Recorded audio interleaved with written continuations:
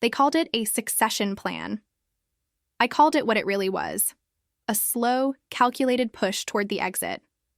After 29 years of service, I knew every crack in the floor, every flaw in the system, and every trick management pulled to cover their own incompetence. I wasn't some wide-eyed new hire hoping to climb the corporate ladder. I'd already built the damn thing. I was Linda Barrett, operations director at Halsey Freight Solutions, and I'd been keeping the wheels from falling off longer than most of them had been out of college. So when our VP of HR, Curtis Vaughn, scheduled a friendly transition meeting, one Thursday morning I knew something was off. He smiled like a man who had never worked a day in logistics and slid a folder across the desk toward me. "You've been an incredible asset, Linda, but we believe it's time to start thinking about the future of this department. We'd love for you to mentor your successor over the next few months. Show her the ropes before you ease into a well-earned retirement." Retirement. The word clanged in my ears like a death knell. I hadn't said a thing about retiring. Not once. Not even in passing. I opened the folder. Her name was Sophie Trent. 27, fresh MBA, no field experience. Had been with the company for 3 months in some rotational development program. They wanted me to groom her to step into my role.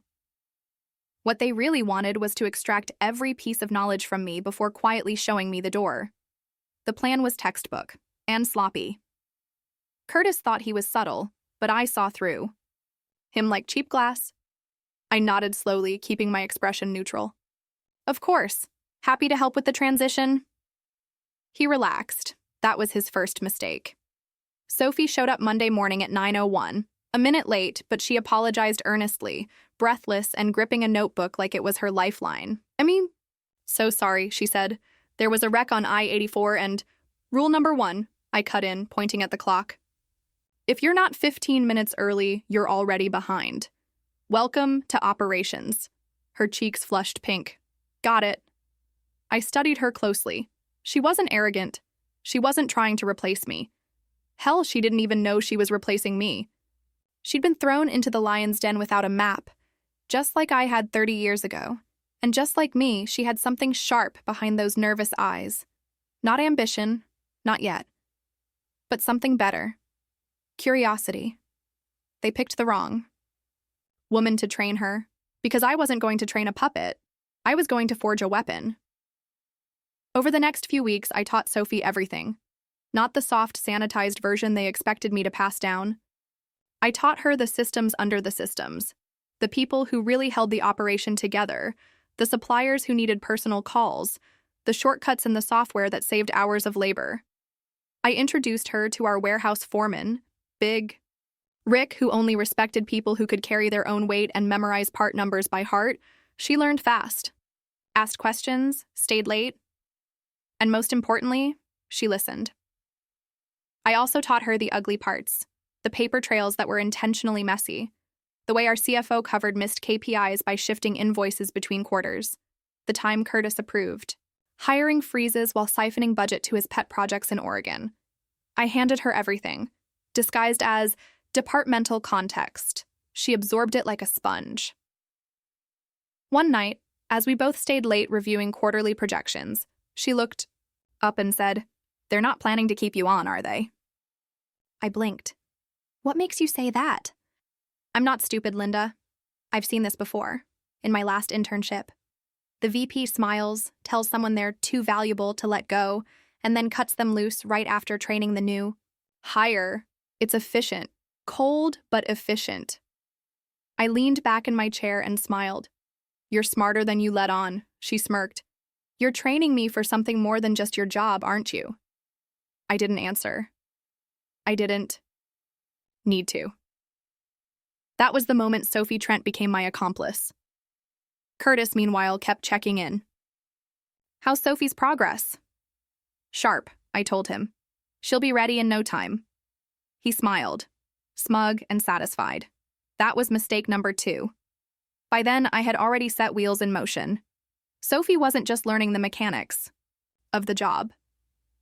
She was quietly gathering receipts, copying files, logging conversations, noting dates and names and approvals. every skeleton in the executive closet. We were building a morgue. Curtis and the others thought they were orchestrating a quiet handoff. What they didn't realize was that I was orchestrating a coup. And the best part? They gave me all the time I needed. I could see it in her eyes, the moment the curtain lifted. Sophie was no longer the nervous graduate looking to impress. She had crossed the threshold. She no longer asked for permission. She started asking the right questions, the dangerous ones, the kind that, if asked too loudly, would get you blacklisted or worse, noticed.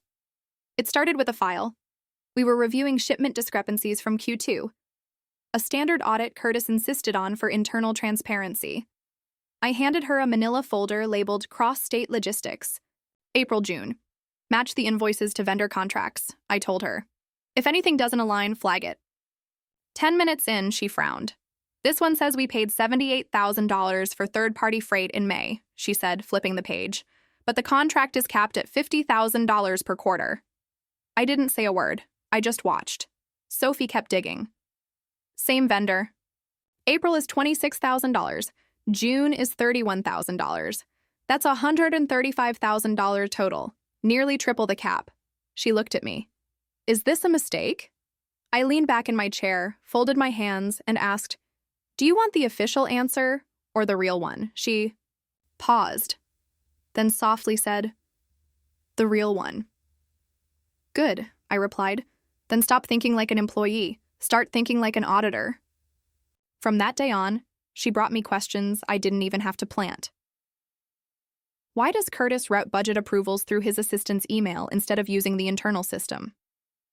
Why do certain contracts only exist in physical form, with no scanned copy? Why does the Oregon branch have a $200,000 variance in Q4, but no explanation?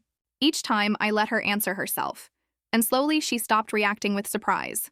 She started reacting with strategy. We devised a system, subtle and secure. She used a personal USB encrypted. Every document she pulled, every file she copied, went onto that drive. I had my own. We mirrored everything. She also started attending meetings Curtis didn't know about, supplier calls, warehouse briefings, off-the-record chats with department heads. She listened, she documented, she learned the game, and she learned fast. I taught her what couldn't be taught in any MBA program: who to trust, how to listen without reacting, and most importantly, how to disappear in plain sight. One afternoon, we sat in the back of the loading dock, sipping burnt coffee from the warehouse break room. Sophie stared out at the semi-trailers. Why are you helping me? She asked. Really? I looked at her. Really looked at her. You remind me of myself, I said. Before I learned that loyalty is a currency that expires the moment it's inconvenient. She nodded slowly, digesting that. I'm not trying to make you into me, I added. I'm trying to make sure you don't end up like me, blindsided after decades of service, treated like an outdated machine. Sophie didn't speak, but her eyes burned with something new. Conviction. Curtis, meanwhile, grew smugger by the week. At a department meeting, he clapped me on the back in front of everyone. Let's give Linda a round of applause for her years of dedication and her incredible mentorship of Sophie, who we're proud to see stepping into a bigger role soon.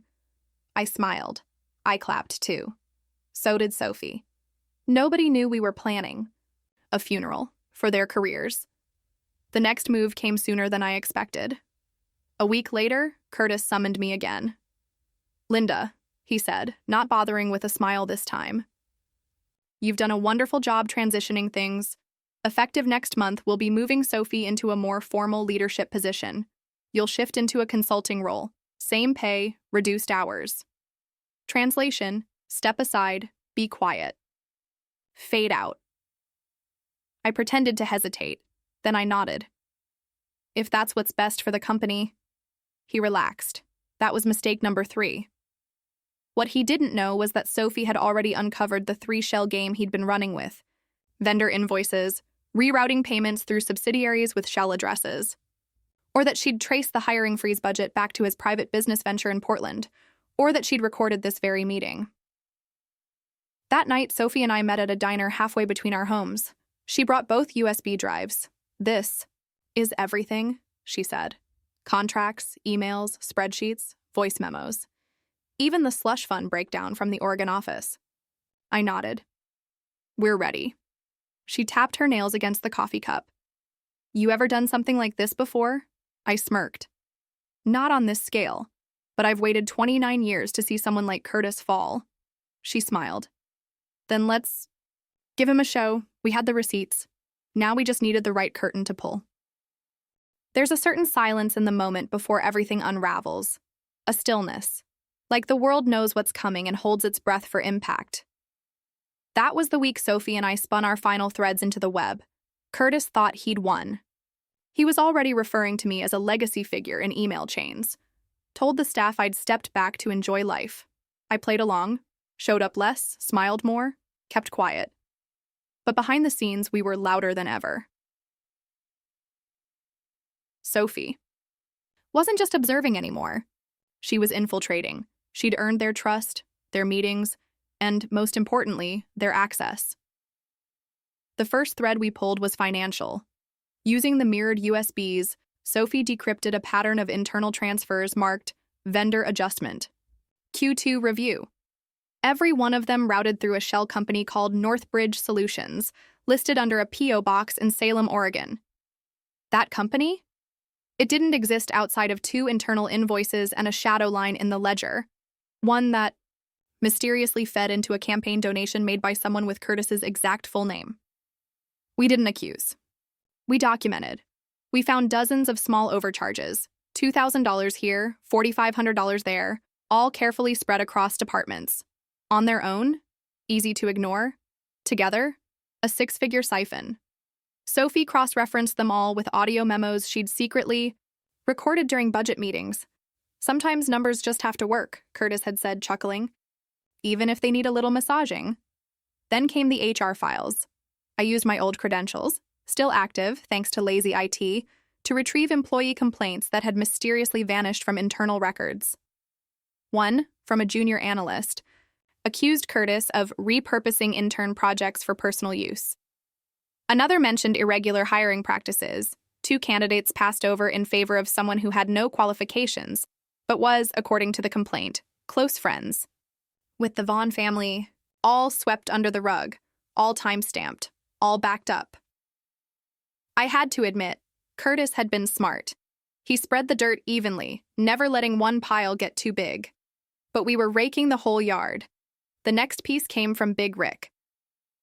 Sophie had earned his respect by actually showing up in the warehouse and getting her hands dirty.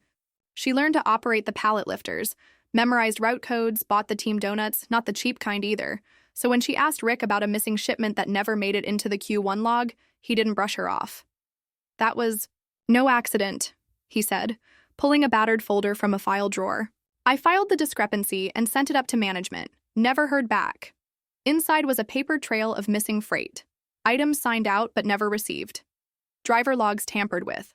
All quietly buried. Sophie scanned the folder and whispered, "This ties directly to the Oregon invoices. We had motive. We had means. We had records. All we needed now was timing." Curtis announced an all-hands quarterly meeting for the following Friday. Just a chance to celebrate the wins, he wrote in the invite, and to welcome Sophie into her new leadership role. I nearly laughed out loud. The arrogance, the showmanship, perfect. We spent the next 5 days building a presentation that would never be shown on the projector, but would be impossible to ignore.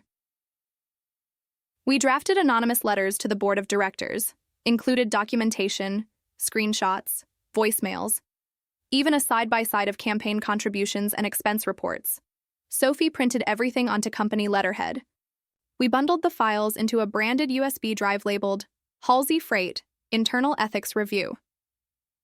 On Thursday night, we mailed out 5 identical packages, one to each board member, one to legal, and one to a journalist. Sophie just happened to know from her university days. By the time Curtis stood at the podium Friday morning, his fate was sealed. The meeting was held in the main auditorium. Staff gathered, coffee flowed. Pastries were untouched, too much tension in the air. Curtis strutted up like a man about to receive a Lifetime Achievement Award. Sophie sat in the front row, notepad open, face calm. I stood in the back, arms crossed. Curtis launched into his usual charm act, talked about quarterly gains, operational excellence, new blood and fresh leadership. He gestured to Sophie like a proud mentor. And then, right on cue, the head of legal entered the room. She didn't smile. She didn't apologize. She whispered something to Curtis. He paused, blinked, laughed nervously. Folks, we're going to take a short break. But the board members were already rising from their seats. Curtis's face drained of color.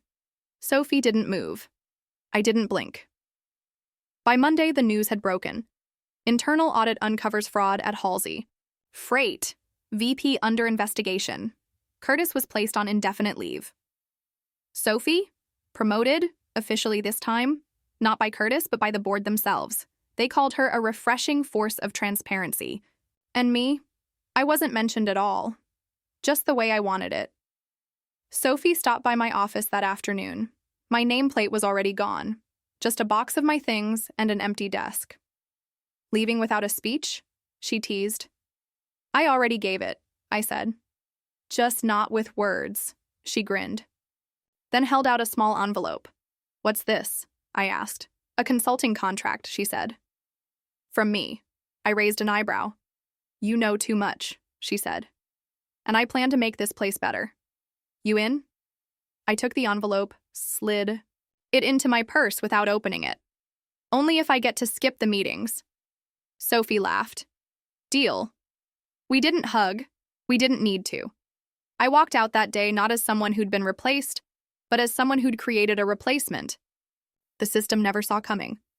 Most people assume the fall is the final blow, that when Curtis was escorted from the building, the story ended.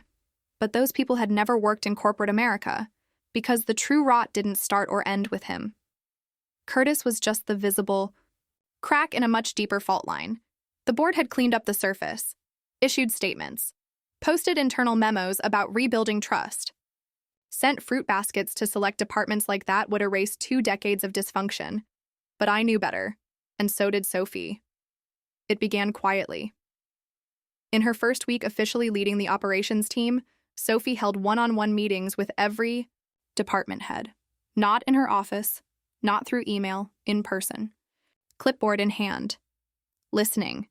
She wasn't there to scold. She was there to observe, to map out which parts of the machine still worked, which ones squeaked, and which ones were quietly leaking oil behind the scenes.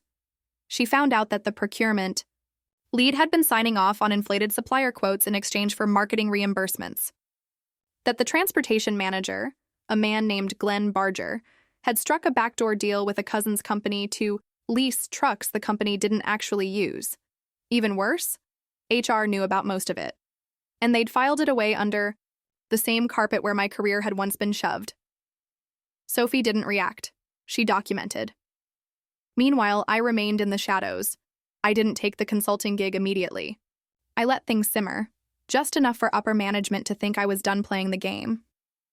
But when Sophie invited me back for a second pair of eyes on a process overhaul, I showed up with a smile. We picked the first target carefully. Glenn.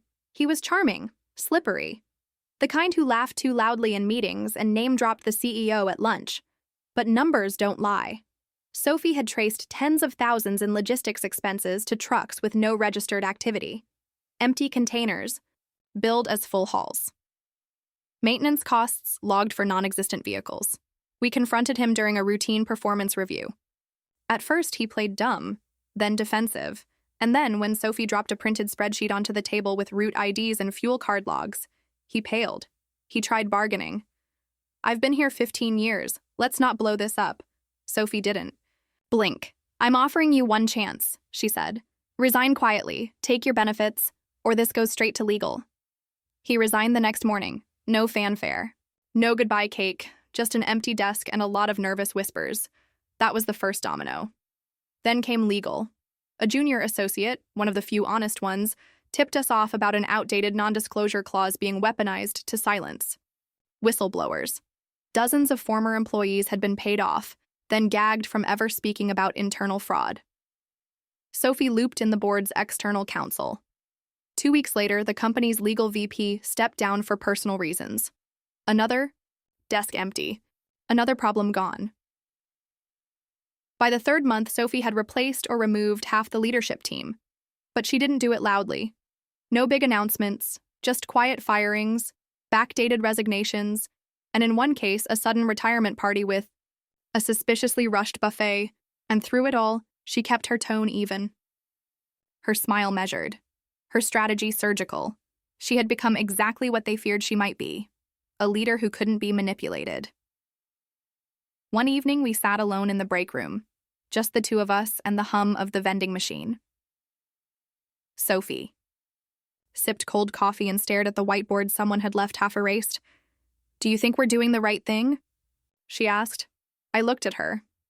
"You mean firing the people who turned this place into a corrupt circus?" She smiled faintly. "I mean, building something better? Or are we just cleaning up a mess that'll repeat itself anyway?" I leaned back. "You can't save a system, but you can starve the parasites long enough to give the next person a fighting chance." She nodded slowly.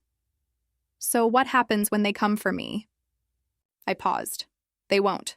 Because by the time they try, you'll already be standing on higher ground than they've ever seen. We had one final problem: public perception. Despite all the internal reform, the industry still saw Halsey Freight as a scandal-ridden operation. Sophie needed a win, something public, clean, impressive. She found it in the Crosstown Expansion Project, a stalled logistics hub on the east side of the city. Curtis had mothballed it after skimming off the funding, blaming budget reallocations. Sophie revived it. But not as a PR stunt. She overhauled the bidding process, invited community partnerships, and brought in independent auditors to oversee every dollar. And when the project launched 3 months later, ahead of schedule, under budget, and with glowing press coverage, the message was clear. There was a new regime at Halsey Freight, and it didn't tolerate shadows anymore. At the project's ribbon-cutting ceremony, I stood at the back once again, where I always liked to be. Watching. Sophie took the stage in a simple navy blazer, no script in hand. "I didn't rebuild this company alone," she said into the mic. "I was guided by those who came before me, who gave everything and received nothing, who were told to sit down and fade out, but instead taught me how to stand up." She looked out into the crowd, and for a brief second, her eyes met mine. I nodded once, and she smiled.